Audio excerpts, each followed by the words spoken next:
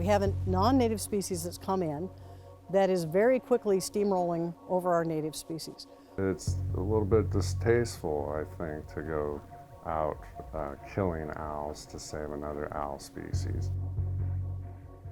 Nonetheless, from a conservation standpoint, our back was up against the wall. You can't just sort of get yourself all cuddled up with one animal and say, I'll do anything, even kill off another animal to protect this. Our job in the Fish and Wildlife Service is to try to keep species from going extinct.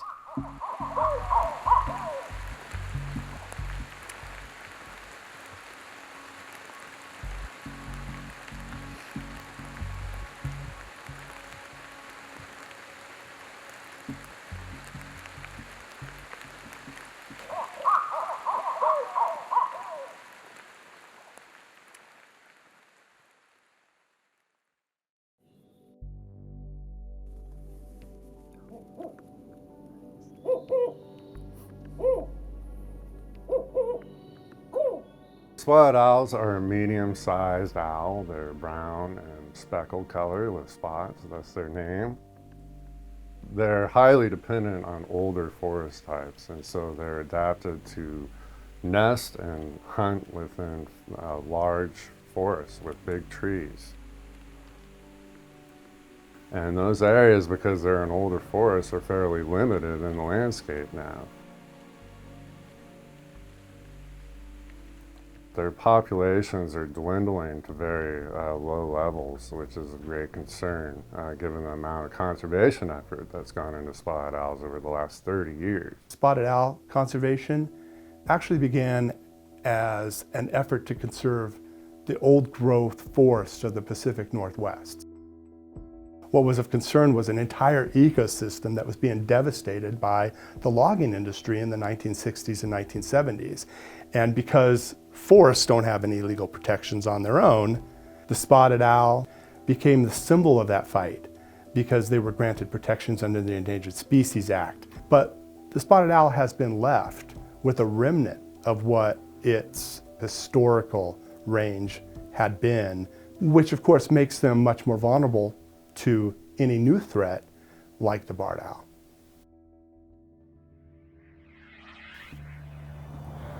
So the barred owl is a slightly larger, more aggressive owl. Barred owls key in on some of the same forest types that spotted owls like for their nesting areas. And so barred owls have become a conservation issue for spotted owls over time as they move into habitat occupied by spotted owls and displace them from that habitat.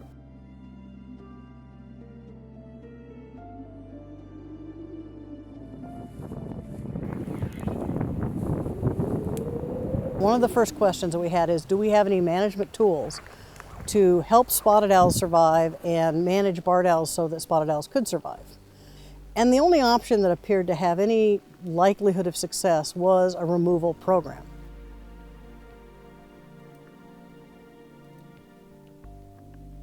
What we are doing is a carefully controlled scientific experiment on 4 different study areas in Oregon, Washington, and California, where we're removing barred owls from small localized areas and not removing them from other areas, and then we can compare how that affects spotted owls. So when we go in to do a removal, we're following up on a survey detection where they found a pair of barred owls. And we're looking for a spot that has big open branches for the birds to come and perch. We take the broadcast collars that we use that play the vocalizations of barred owls, and we set it near this area where we want the bird to come in. And we start playing these aggressive territorial calls.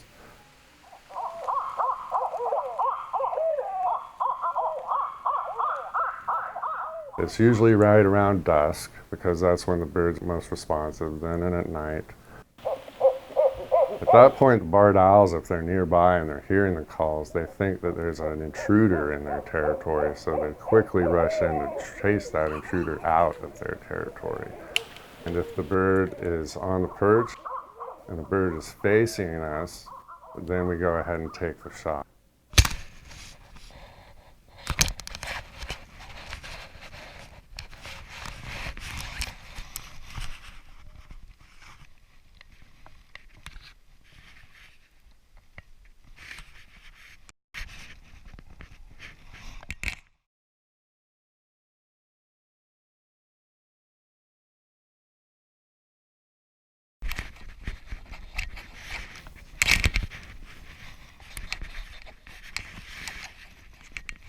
We take in the carcasses, we look at food habits, we look at contaminants that we might find.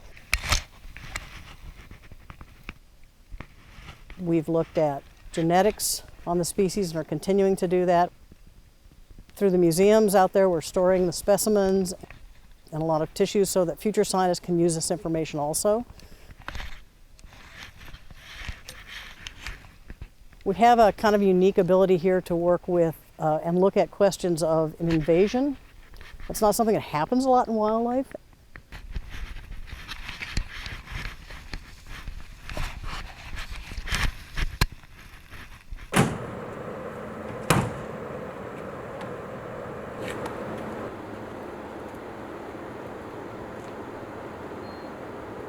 Essentially what our removal crew is doing is acting like a predator of barred owls out there and acting as a cap on their population that they don't have. They don't have any natural predators in the Pacific Northwest. We are not attempting to remove barred owls from the entire West Coast. Our purpose is to find out if there's a way for us to keep spotted owls around.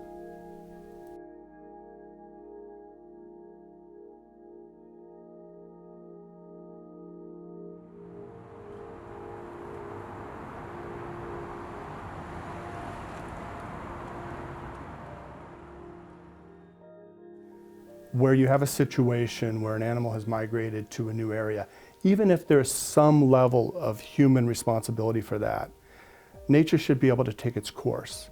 I don't think it's right to choose to kill one species over another in any case. We do not see the barred owl as an invasive species. We see these animals as migrating and becoming residents of the Pacific Northwest. We brought litigation under the Migratory Bird Treaty Act challenging the legality of that experiment. The court ruled against us. We appealed to the Ninth Circuit Court of Appeals, and while the justices seemed to be sympathetic towards our concern over the barred owls, they found that the Migratory Bird Treaty Act did not prevent a prohibition here for what the agency was doing. If we start to see more animals migrate, we're going to get ourselves into a huge quagmire of having to start choosing how we're going to manipulate the environment and the ecosystems all over the world. It's a slippery slope in our minds.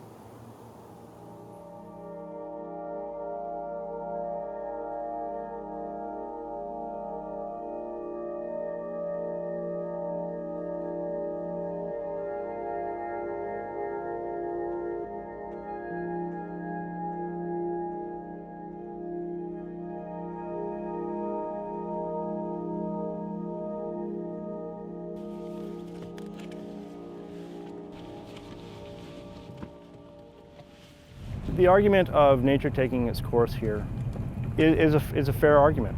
It is definitely an interesting question and ethical one in terms of removing one species to save another species. Over the last 10 years, we have done a small pilot of removing barred owls from territories where spotted owls occur. About 180 barred owls have been removed. About 130 of those were through a capture and relocation, and another 50 of those were actually shot. We have approximately 300,000 hectares of forest protected for spotted owl. I think captive breeding is considered the last-ditch effort to save a species. We owe it, if we've gone this far, to at least give it a good solid try, do our best. Where we are standing right now is the highest density of spotted owls in the entire world. So here in Canada, it's estimated that we have less than 10 spotted owls left in the wild. So the 21 that we have here at the breeding program are very, very important. We started the breeding program in 2007, and it's created to restore the population of spot owls in BC through captive breeding and release. They're not really that eager to breed, and that's very challenging.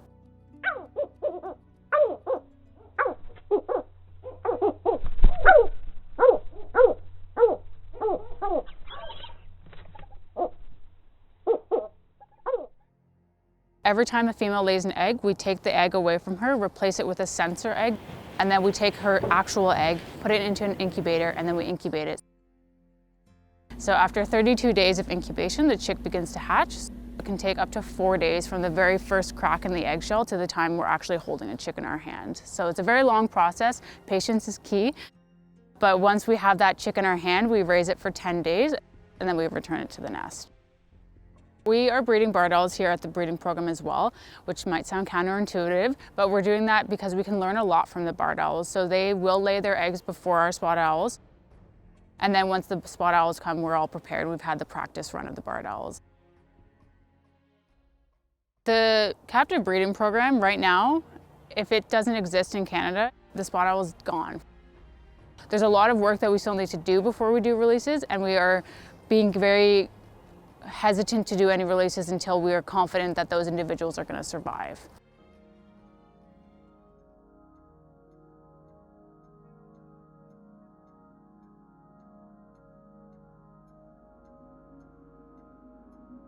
The goal is truly to maintain biodiversity, maintain species that have a chance to survive. Ultimately, I think the information that we're gaining in this experiment is going to benefit both species, so that we can have both these species in our landscape and not just one. One conflict we fix, 10 conflicts we fix. I mean, what level are we intending to play in the natural world in the next century? I think we've gotten to the point now that you're just trying to do what you can, and sometimes things aren't pretty. Conservation is always a challenge. There's always going to be somebody complaining about something, and I think the point is that we're trying.